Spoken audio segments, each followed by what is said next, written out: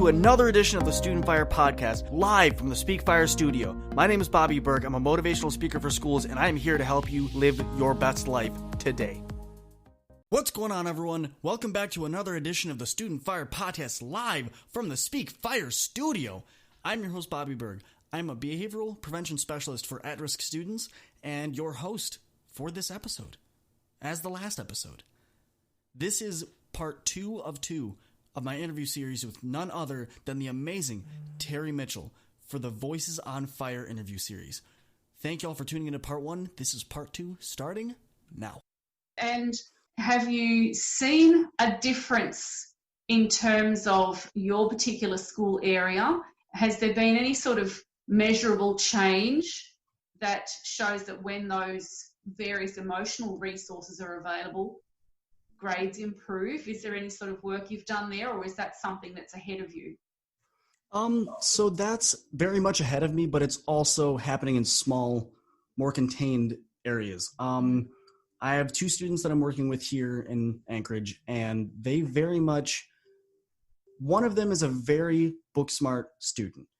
She loves school. She's not a straight A student by any means, but she gets very good grades. I mean, I think lowest grade I've seen her get is a B-, and that was shocking. She'd never gotten that before and didn't know what to do. And then on the flip side, I have another student that I'm working with where his grades are awful. Like, I'm not going to try. His grades are bad. He hates being in school because he doesn't understand why he needs to read To Kill a Mockingbird. He doesn't understand why he needs to figure out the quadratic formula for the 9th day in a row.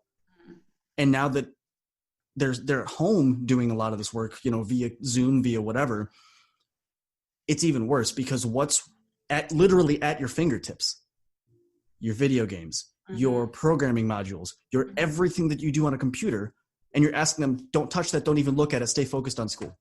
And for him, that's like, that is torture. And I get it. But for him, we do daily check-ins where I'm like, all right, what happened in school? Do you want to talk about it? And every time he's like, I don't get it. I do the work. My teachers just don't like me. And I'm like, well, that's not true. That's not true. Your teachers like you. They might not like what you do, but they like you. And we've been working really diligently on his attitude towards school. Because I said, listen, you claim that you hate learning. However, for instance, the other day I said, well, there's this philosophy concept that I'm trying to think about. I don't really know what it's called, but here's kind of what it is. And what I was explaining to him was utilitarian calculus. It's that classic study of trains going down a road or down a railroad. And on this side, you have a baby. And on this side, you have 5 random people that you don't know. You know the baby. You have to pull the lever either left or right to take out either side. What do you pick? Now, there's no correct answer. It's a moral dilemma. And I said that to him the other day. I was like, that's the concept of it. I just don't know what it's called. He went home and read a 100-page dissertation on utilitarian calculus and brought it to me the next morning. And I was like, that was my philosophy professor that wrote that. I don't know how he found that because it's in an archive in like 4 libraries. I was like, how did you? Wait a second. And it clicked. I was like, so you just need to learn something you're interested in. Yes.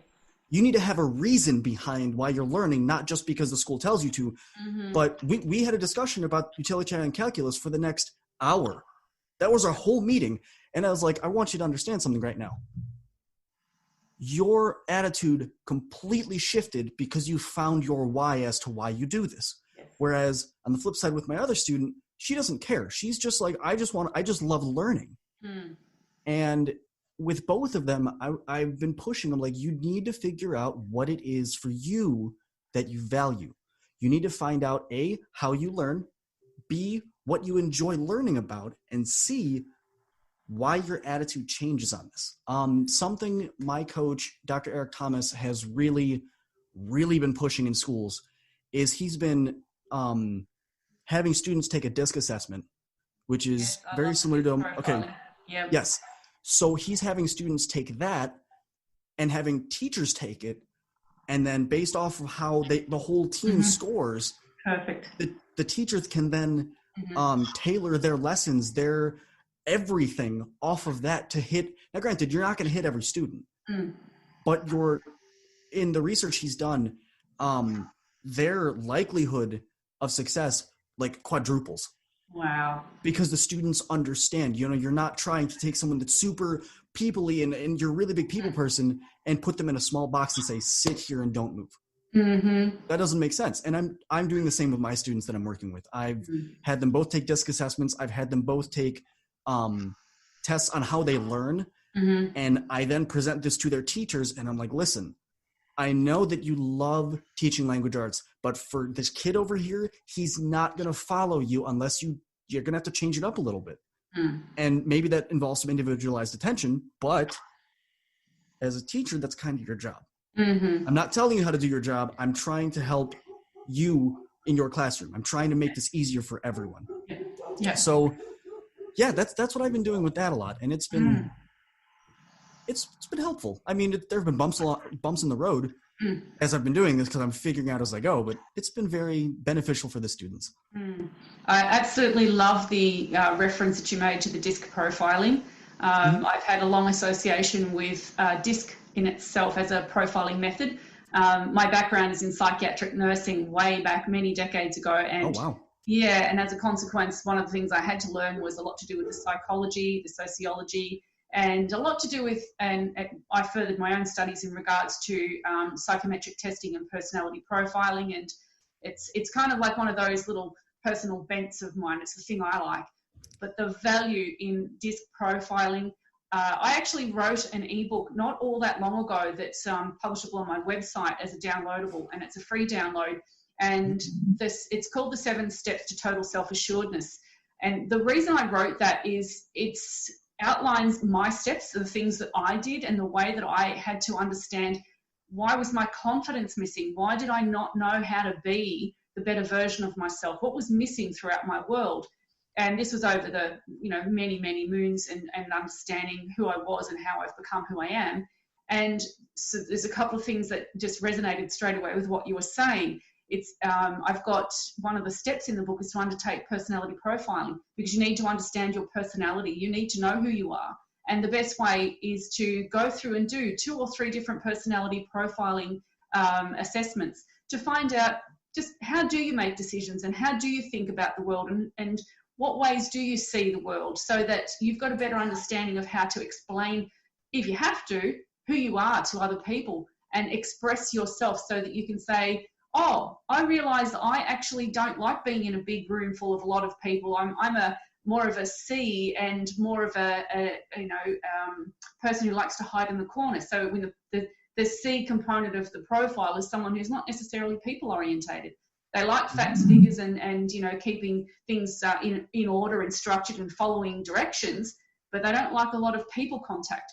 So when you even understand those little nuances about a personality, it really helps when somebody knows that about themselves to be able to explain, well, this is the kind of personality they am. And it resonates with something that was my experience growing up. I had a lot of difficulty explaining the way I liked to learn. And for me, that was important. It was so important. And that I noticed was not something that was of any value or interest to my educators at the time. So the different teachers that I had absolutely no interest in the way I liked to learn. So I often got into trouble when I was trying to say, but I like to learn this way. And it's like, well, that's not how we're teaching it.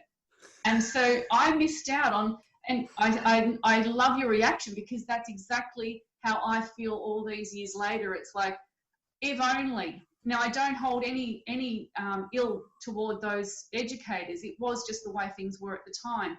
But I'm a very strong believer in, once you understand who you are and you've got that validation externally saying, well, if I feel this way and other people are saying, hey, I feel that way too, it's okay, then you have a much greater trajectory towards achieving a purpose and a mission, and also being able to then even guide your own self-education. So how does that resonate with you, the concept of self-education? Do you find you have students that then become more interested? It sounds like your calculus students certainly went down that pathway. I'm a very, very big proponent of self-education. I've never thought that education can only happen in the classroom. Actually, I really disliked learning in the classroom because oftentimes the concepts that were taught, I would get them, but I was like, wait a second, I don't really care about this. Like, nothing against my teachers, but I don't care about math this much. I really don't. What I really care about is helping other people understand it. So I was that kid, especially in my my high school math class. I would sit there and completely lock in with what was being taught and then walk around and move seats to help other students that I could tell were falling behind. Yeah.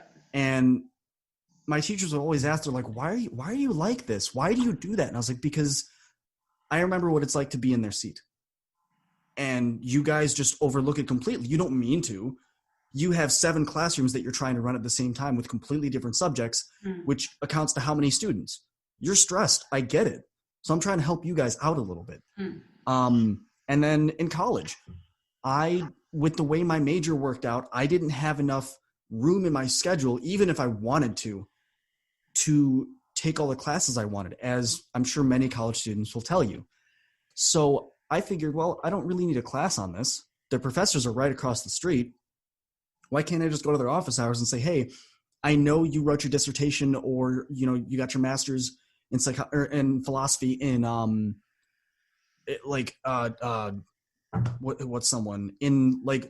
in studying Socrates. I would really like to get started on just doing some own reading. I can't take your course, unfortunately. I don't have it in my schedule, but could I get the textbook, or could I get some required reading or something that you might recommend? And I had, every single time I did that, they said, oh, of course, here's a list of like 10 books or 10 readings or 10 articles or whatever. And this dissertation would be cool. I'm a very big proponent of self-education. You have to find what you love learning. And something people need to understand is no one can make you want what you don't want. It's not going to happen. I don't care to sit down and read really dry math textbooks. I don't care. I don't. I couldn't care less. I really couldn't. It could be the most fascinating thing in the world and be like, great, I don't care that we solved this problem. However, you give me a philosophy textbook or a psychology textbook, done. I'll just sit there and read that thing just because I'm bored. I wish I could pull the camera over. I have a bookshelf that's just full of random books that you look at it and you're like, why are you, what? At what point? Huh? But it's because I found what I love. Yes. Like I found what really, really awakens that inner you, and you're like, yeah, I'm not stupid. Wait a second. Like it's not that I don't understand what they're saying. I just don't care about that. And this is what I do care about. So with the students that I'm working with, I very much push them regularly to, hey, if there's a subject you don't know anything about or you're kind of interested in, go figure it out. Like we get college students, I get college students all the time that are like, Bobby, I don't know what to do with my life. I don't know what to do with my major. I don't know what I want to do. And I'm like, you know why? Because you haven't experienced enough of life. At 18 years old, we're asking you to take out what could potentially be hundreds of thousands of dollars of money that you can't even wrap your head around how much money that is, and say, find what you love doing. Most of these kids have hardly even had a fast food job, let alone experienced, a plethora of different employment opportunities to figure out, oh, I really love writing, or, oh, I really want to be a mechanic. Like they've just never put themselves in that position. So something I push a lot in my speaking is you need to try stuff a lot. So you can you don't need a classroom to be educated. Take it upon yourself to figure that out. Yep, 100%. There's 2 things that came to mind as you were speaking that echoed so well with me was, like you, I used to be the person that would help other students. And I specifically remember a particular teacher whose name I won't mention in case he happens to watch this, who criticised me in my student report for always helping other students, to my own detriment, apparently. Now, interestingly, I still remember that because I still have that emotion locked in me, and I laugh about it because it's actually like, well, you know what, it served me, didn't it? Because years later, one of the things, and again echoes something that you were saying, if my world had to be based around what I was required to learn and then what I chose to do as a first career path, I would today be working in a kitchen as a chef, probably making good money, but probably stressed, probably overweight, probably unhealthy, possibly working really long hours. Now, and I actually became an apprentice chef, and I completed my 4-year apprenticeship. So I qualified in that industry. So saying what I'm saying about what possibly could have happened over those intervening 30 odd years is very, very plausible. I may have ended up with all sorts of horrible health issues because you're forever cooking food that is not necessarily so healthy. It's stressful. And I know friends that are chefs at the moment who are finding that they wish they'd gotten out of the career years ago. So I look at that and I think, what was I doing back then? Had that been the decision and I stuck with it and pursued it because it was what I was expected to do, rather than being a passion, I would not have then gone on to become a psychiatric nurse. I would never have worked in call centres. I would never have worked as a manager. I wouldn't have done the different things. I have never had a set career because I've never found any employer that valued my contribution to the point where it was validated, where I felt heard. So often I'd speak out and say, why don't we try this? And I'd get called into the office by the manager and reprimanded for, challenging. And it was like, oh, please, really? So, I have a record of actually resigning from jobs over the intervening 20 odd years. I've probably resigned from 3 or 4 jobs because management had no desire to actually hear someone show initiative or demonstrate a real passion to want to change something positively within that workplace, because who was I? I was just an employee. So that whole idea that if we just go about and do a job, it is just so unfulfilling. And it's really valuable that we are in the world, that we have so many choices. Obviously, the current circumstances in our world right now with COVID-19 might change a few things, but it opens up a lot of opportunities for some people as well. So there's this real need for us to recognise that for some, yes, because of the personality style, the decision-making style that they have, one job, one career will probably be exactly what they'll do forever. And that's fantastic. I envy people that feel that way. But at the same time, I also recognise there are some of us walking the planet that will never have a set job because we've got to explore our passions. And I wished I'd known that way back in my late teens and early 20s, and I wouldn't have gone through an enormous amount of distress about not feeling good enough, not following the line, not doing the things I was expected to do. The pressure that is there in society, sometimes we don't know it's there. It's an unspoken pressure. So obviously we've got a lot of students, as you're mentioning, the students, the idea that they feel that they don't know what they want to do in their life. A lot of that does come down to, in the current day and age, we have so many choices and we see so many people that are successful and, have a YouTube channel for X amount or an Instagram channel and suddenly become a lifetime influencer and you become really rich. It doesn't happen that way. But great, of course not. Yeah, but our younger people are so vulnerable to be influenced by that, and we need to really ground them in not that they can't have it, but where are they at, and are they in a position to be that person, and who can they become the future you, as in, is that who you're supposed to be? And there's a lot of dynamics about that. So, it's fascinating what you're saying. I'm hearing a lot of that and totally relating to what you're saying. There's so much to know, and students have a lot of learning that doesn't come from school. Excellent. So is there anything you'd love to share with the listening audience, Bobby, about, where you're at, what you're doing, and in a nutshell, let's just cover that off. What do you do? Who do you do it for? And why do you do it?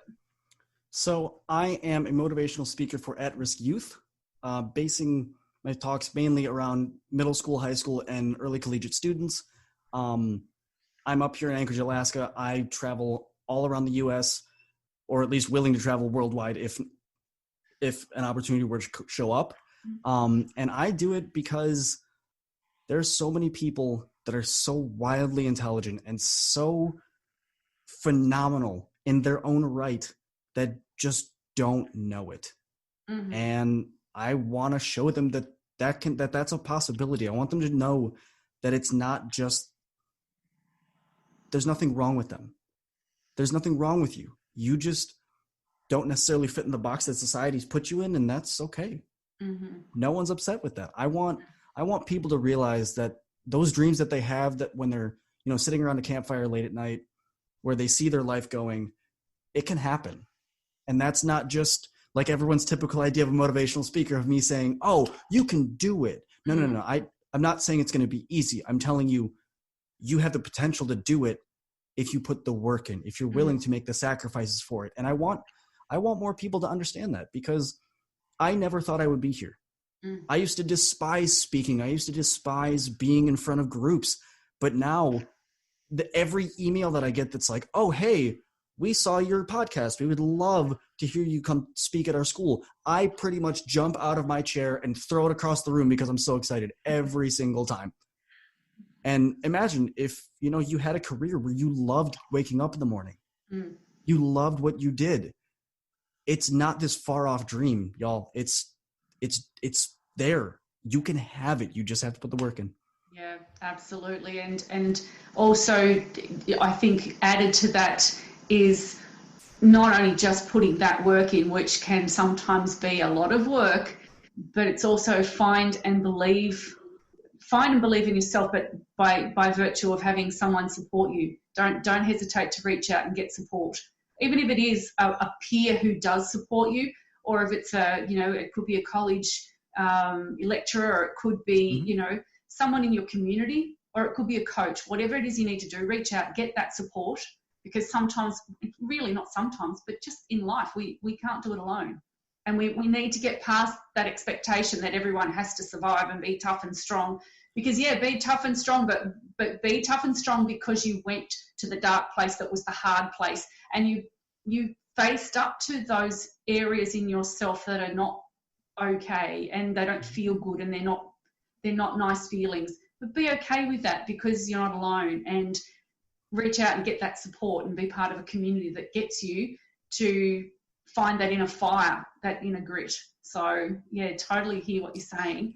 And so where can people find you, Bobby? If anyone wants to get in contact with you, what's your social media contact? What's the best way to find your podcast?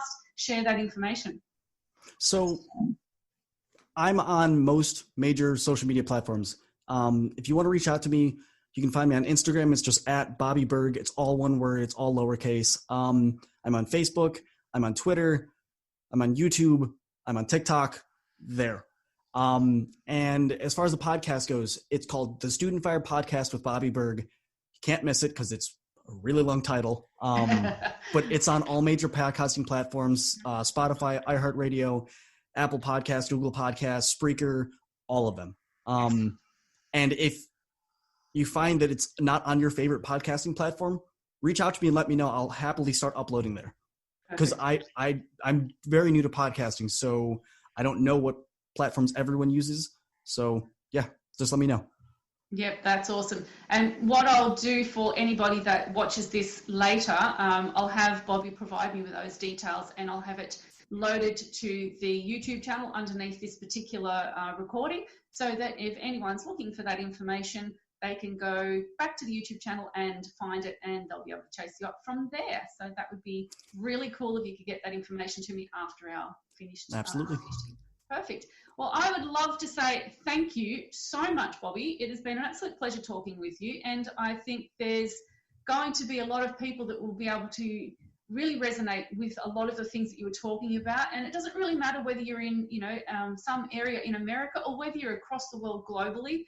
Education is something that really it's open to maybe a bit of a change. Maybe it's time we start looking at how can we make learning much more experiential, but also something that students are driven to want to do, so that there's a way that they can contribute in the world later, once that education formally is behind them. So education anywhere around the world. I think Bobby's going to be an awesome contributor to helping people particularly younger students find their purpose, find their mission, and find that fire in the belly. That's all I got for you. I hope everyone has a wonderful week. Y'all, I hope this was helpful. If it was, hit me up on Instagram, TikTok, YouTube, or Facebook. Let me know what you thought. Better yet, hop in the reviews on the podcast you're listening to this on and leave a review there. I check all of them, and I will respond to everything that I can. Y'all, I love hearing from you. It's the highlight of my day. I hope everyone has a wonderful week. I hope you are rocking everything that you do. I hope nothing's getting in your way, and for whatever does get in your way, I know you're going to find a way to overcome it like you always do. Catch y'all on the next one. Peace!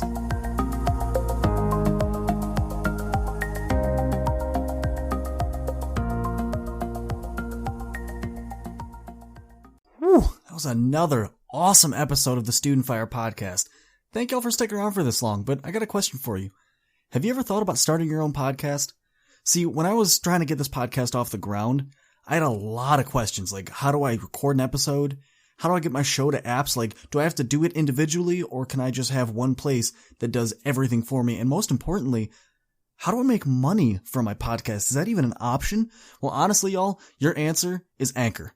Anchor is the one-stop shop for recording, hosting, and distributing your podcast. Best of all, it is 100% free and ridiculously easy to use. And now, Anchor can match you with great sponsors that want to advertise on your podcast. Yes, you. That means you can get paid to make the podcast. You can get paid to podcast the right way. In fact, that's exactly what I'm doing right now by reading this ad. If you want to get down on this, if you want to make your podcast a reality and you want your success and your word to be a thing, man, you already know. Hop over to Anchor and give it a start. You won't regret it. Catch y'all in the next episode. Peace. I got you. It's coming. Are you ready to ignite the fire? We are StudentFyre. Oh, and by the way, that's fire with a Y. What's going on, everyone? Internal fire. StudentFyre. Young fire. Father's fire. Leadership fire. Champion fire. Unlocking the fire within. Thank you all for tuning in. Let's grow. Speak fire. SpeakFyre.com. StudentFyre with a Y. We have a new episode that comes out every Monday at 4 a.m. Are you going to be up with us? Deuces.